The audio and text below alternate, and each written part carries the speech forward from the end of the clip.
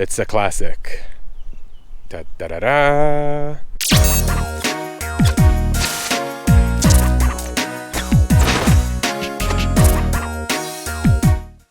Good morning, everyone. Are you ready for the new project? Brace yourself. It's a classic. Da da da da.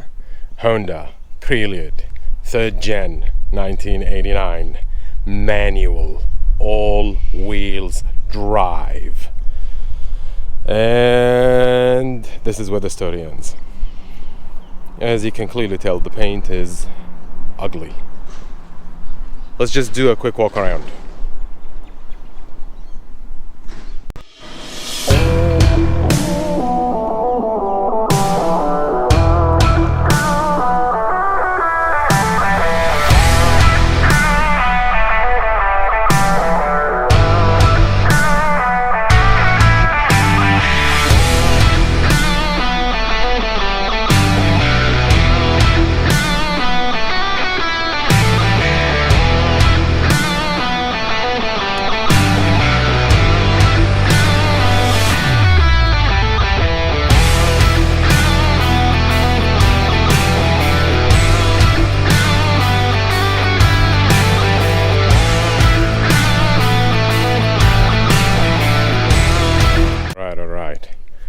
Looking inside, well, as you can clearly tell, something is misplaced.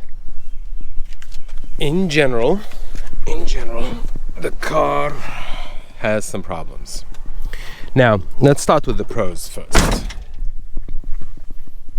It's solid. All the body panels and everything straight as straight gets. Engine turns. Because it's a manual, the clutch is strong and it's perfect. The bad part, it needs engine. I mean, it turns, it drives, but it has a knock, which means something wrong with the engine. Now, I bought it from a friend of mine and he was all open about it, and he said basically, simplified, either you rebuilt the engine or you replaced the engine. Yep, big undertake. But all electrical work works. Look at the mirror. Let's just switch this one to on. See? It works. And these are the pop-ups. Man, I just love those. I love them. Let me just show you what I'm talking about. They're just the best. Let's show you. See how the car looks? Headlights. Now you press the headlight button, which is this one. Bam, they get out. They pop up. Look at it now. Now this is a mean machine. Mean machine. First order of business, it's dirty as dirty gets. I got a spider webs all over the place. The best way, before we get it into the garage, it definitely needs a quick, thorough wash. Definitely. So this is what we're gonna do now. All right, car washed and inside the garage. Well, when you see this, you think it's washed. Yes, it is, because if you look at it, this is a clear coat. The paint is actually peeling. I can literally peel it with my own fingers. There you go. But the best part is, it's only clear coat peeling. The rest of the paint is actually in a good shape, except probably some nicks here and there, as you can see. The battery died on me. I had to recharge the car, so we got that sorted out. Quick walk around. I managed to fix this behind the scenes. I don't know if you remember, the door trim was wide open and removed because the door lock didn't lock. So basically, when you put the key in and you lock the car, you still can open the door. Now this issue is fixed. So see, locked, it works. So we got that sorted. So that's a good thing. And in terms of electrical wiring and everything, it works. Let's just put the keys in just to show you what I'm talking about. So we've got the keys, it's on, and this is the window. Works, goes all the way down, and like I said, the mirror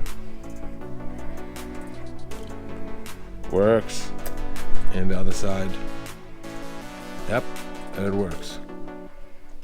So that's a good thing. Sunroof, this is it. So this is open and close. There you go. And close. Impressive. Headlight, let's just see if I can show it to you. Can you see? There you go. They go up, they go down, everything is fine. So far, everything about this car works. Let's just close the window up. So, in terms of electrical wiring and all, it works perfectly. One thing I've noticed, and I might need your help on this one, this wire. This wire doesn't go to anywhere, basically. And we tested the mirror, it goes and works perfectly. So this one goes to somewhere which I honestly don't know. Now, I've got a theory and I'll test it out, but this is something for you guys to guess. My theory is this is one of those JDM mirrors. So, Australia did have Preludes in, but some features that were just only in Japan, not everywhere else. One of them, if I'm correct, is this one, folding mirror. So there is a button, you click on it, the mirror itself folds inside. I think this is one of them. I think. One way to test it out, you just need to hook it up to some power and just see how's that gonna work. Story for another time. Let me show you something that I struggled with and eventually I managed to get it sorted out. Let's just get out. The keys inside, might as well just, actually it doesn't really matter. At one point, I need to get the wheels out. If you look at the wheel lug nuts, can you see them? They're not your standard ones. It's 8-point star. This is what they call it, anti-lock or tamper-proof, I guess. So basically, you kind of need to have the key to open them and remove them. And sadly, this car did not come with the key. What can we do? Well, I was stumbling upon trying to find a solution, then I came up with this one. See? This is an extension, basically. Adapter from a big size to a smaller size. And this is a crowbar. If I put it like this, you can see, now the shape of this one is a square, whilst over here it's 8 star, right? But bear with me. If I'm gonna put it and line it up correctly, there you go, it lines up. So not only it lines up, that allows me to spin it. I tried it out, that's why this one is loose. And probably this one, see? It works. So, instead of buying the whole complete kit, which will cost you easy $200, get this one on eBay. It's like $5. So, there's that. We've got some issues to address. Firstly, paint. It needs paint repair because the paint itself, wet sanding it, is going to be all genuine. I don't want to stuff up the paint. I don't want to change the paint. I just want to repair it. So this one's going to be repaired. Probably I'll do them one panel at a time. I'll take this one, this one, this one, and so on and so forth. This is where it gets a bit problematic. Somebody decided to paint it black, and it's not just any paint. It's one of those plasti dip paint or something. It's just horrible. And this one probably I'm gonna wet sand it just to clean it up. And it depends, because you see the paint over here, it's not in horrible shape. I bet you clear coat on top will solve the problem. If that's the case, it's all good and well. If it's not, we might need to paint the spot. Trunk. Similarly, somebody decided to do something on it. But apart from that, it is in perfect shape. I vacuumed the car when I cleaned it, so we've got that going for us. But I've noticed something. Let's just get the trunk open for you to see. There was mold, and this is the concerning part. Can you see? Mold. This is mold. And that basically needs addressing. So, what I'm thinking to do, I'll work one corner or one quarter at a time. So, say for example, I'll remove everything here, clean it up, ensure that the trunk is everything perfect. Then after that, I'll put it back. Then I'll start with something else, and so on and so forth. Because I don't want to confuse myself, I guess, with lots of parts everywhere. I prefer to fix, then move on. Probably I'll start with the inside as well, because it's been sitting for some time. God knows what's happening inside.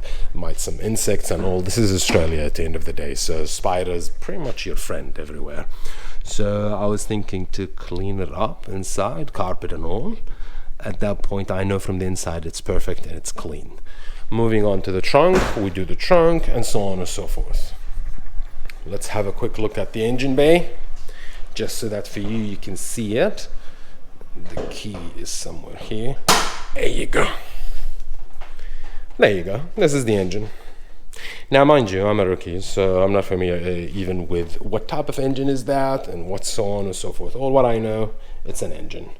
It has a knock. Based on what I was advised, cylinder number 3 has a problem. So technically, well, see how many plugs do you see? 4. This is where the spark plug goes in. So 4 means it has 4 cylinder, I guess. Yeah, exactly. So cylinder number 3, which I guess when you look at it, normally the numbers start based on the driver's side. So the driver is here. This is number 1, 2, 3. So this is the one that has a problem, probably. So the plan is we need to swap the engine, get the whole engine out and replace it with a good one. That's the plan, at least. I don't know how to do it. All I know, it's a huge job. So I'm not planning to do it anytime soon. I'll keep it till later because I've got zillion things to do in order to get this one into shape. So I can start working on the interior, clean it all up, paint correction and all. Probably I can work on suspension system, steering wheel and all. Once all that is fixed, the only remaining issue will be basically the engine. At that point, we can just replace the engine or work on replacing the engine. So far, this is the plan. It could change depending, but in general, this is it. I hope you like this project as much as I do. In terms of, look, this is not the torquiest car there is, okay? And this is not even the sexiest car there is. But it's a Japanese car. It's a sporty car when they made it. This is almost 42 years old. So keep that in mind. It's not gonna run you 400 horsepower. I mean, if you get 100 horsepower out of it, that's good. Apart from that, I mean, it could fetch good price once it's all cleaned up. Anyways, enough yabbing. That's it. As you can clearly tell, we've already started working. Now that we fixed this one, we started straight up on here. I needed to remove the trims. So this is basically it. The plastic trim or the rubber molding that surrounds the windshield, the back or the rear windshield. There they are. So this piece goes here and it's in 2 pieces. This is the other part, goes over here, basically clips into it, and at the same time clips on the other side, which is this one that goes on top. Get yourself trim removal kit. like this. You can buy them on eBay for like what, 10-15 bucks, and pry slowly, and you can unclip them one by one. Now, why am I removing it? Because A, the plastic is dry. There you go, the rubber is completely dry, and in some areas they're just pretty much gone, disintegrated. So the plan is repair this one, replace that one, clean this area, all of it, and if there is any rust spot, which I highly doubt that there is, maybe just a bit tiny over here, but this is easy. But for me to repair this piece, I needed to remove this one in order to ensure that it's not as deep, and as I suspected, it's just a surface, barely there. So once we get that sorted out, clean this area pretty much, repair this one, then we're not going to put it back in. We'll put it back in once we're done with the paint repair. Now you see, I can easily work on the paint and repair this area without compromising this spot, because this spot needs to be black. Make sense? I'll just get a brush and vacuum this area. Not bad, not bad for a first day. Cool. There you go, just so that you see.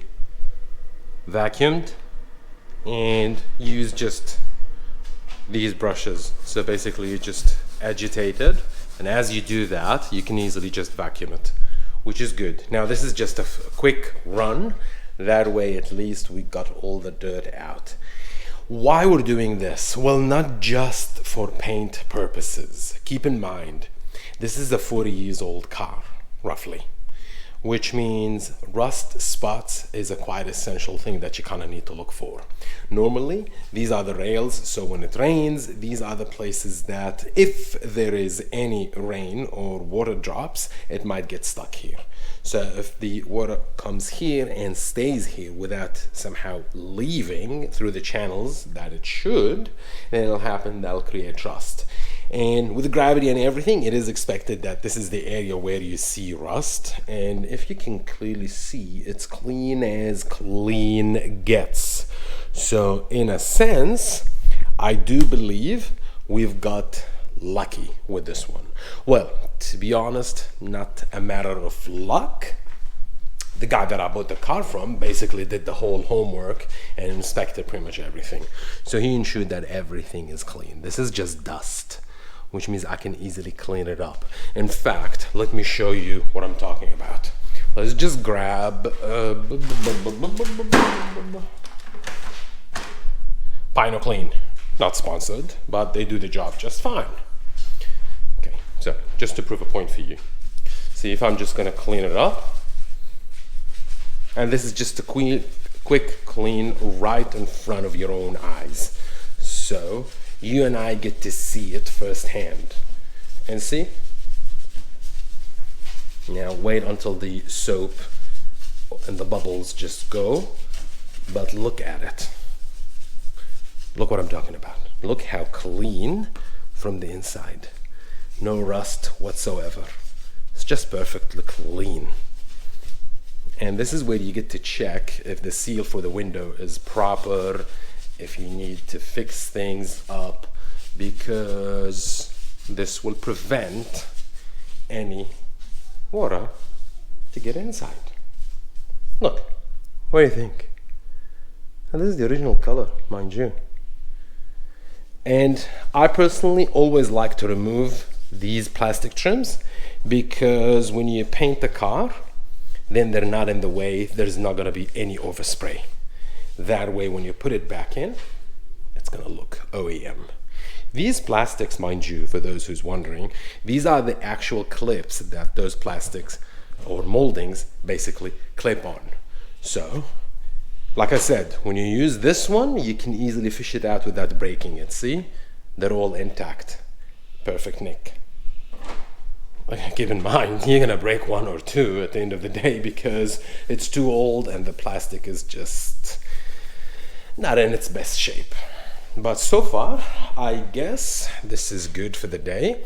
I'm not gonna remove the one at the bottom because the one at the bottom is actually in perfect condition, properly sealed and everything, so I'll leave it there. I mean, what's the point in removing it? really, because it's not going to be painted this side or anything. I'll treat it though, but for now this is what I needed to focus on. I needed to repair this side. So what happened is you're going to need to put some stop rust product. It's just like a spray or a gooey black gluey thing where it just reacts with the rust to prevent it from expanding. Once that is done, I'll use JB Weld or something that works on metal, not just any JB Weld, to seal this properly. And after that, I'll put etch primer and paint, and that should solve it. That's why I needed to have this area basically exposed so that I can work on it. In terms of this one, well, if you look at it, it needs wash. That's number one. Number two, now that I got it out, I can easily replace the plastic. Not all of it, granted, needs replacing, but those that does, I can replace them with a brand new one, something that is not dry rotted like this one. See, look, see, this is what I'm talking about. Now, because it's dry and it's just brittle like this, water can seep in and stay in. That's why it's crucial to have this one properly done.